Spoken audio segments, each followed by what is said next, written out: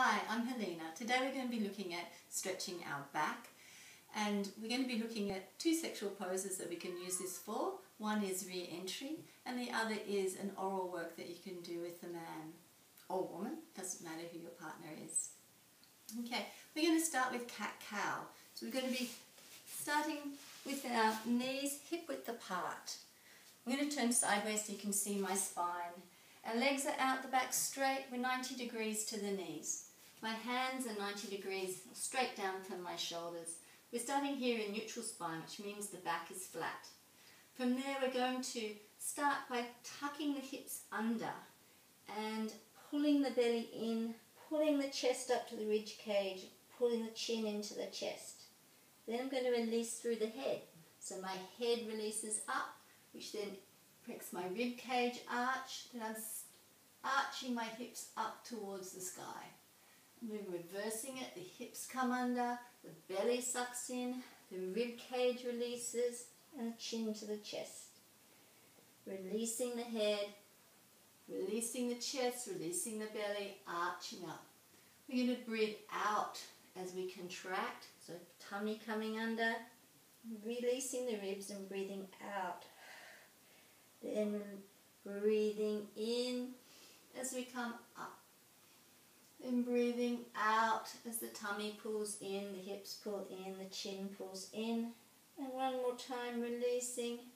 This is a beautiful stretch. And so just do it as much as you like so that you can just get that feeling of your spine releasing, of there being movement in the hips. Our kundalini is at the base of the spine, so more movement we have in the hips, the more that energy can move through the body.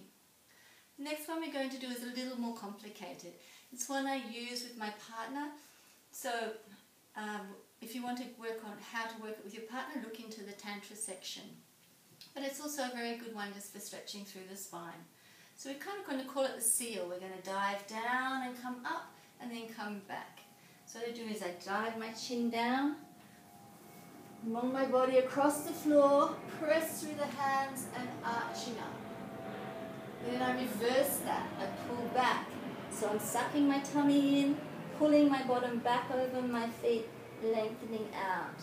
I will stay here and then I'm reversing, diving along the floor like a seal coming up, its head popping out of the water, and then taking the hips back, pulling those hips back, pulling through the tummy, lengthening out.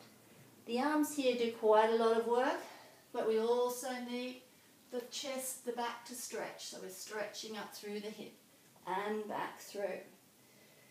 Good. This one you might want to try it maybe 2 sets of 10 just to get that strength work happening through the hands as well as the flexibility in the legs, in the back. Just showing you backwards so that my feet are here as I'm doing it. I go out, slide through, up, and then pull my hips back to come back. So to your front on so that you can see it all. So I'm going to dive my head down, take it out, put my hands way in front of me. Then I come through to the floor, arching up. Doesn't really matter what's happening with my feet, just let them move as they need to move.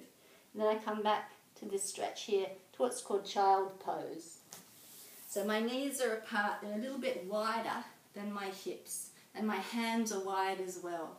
If you're very strong, you can have your hands in. I'm not that strong, so my hands are out. So 2 sets of 10. And as I said, if you'd like to investigate how that is used within Tantra, then go into the Tantra section and have a look.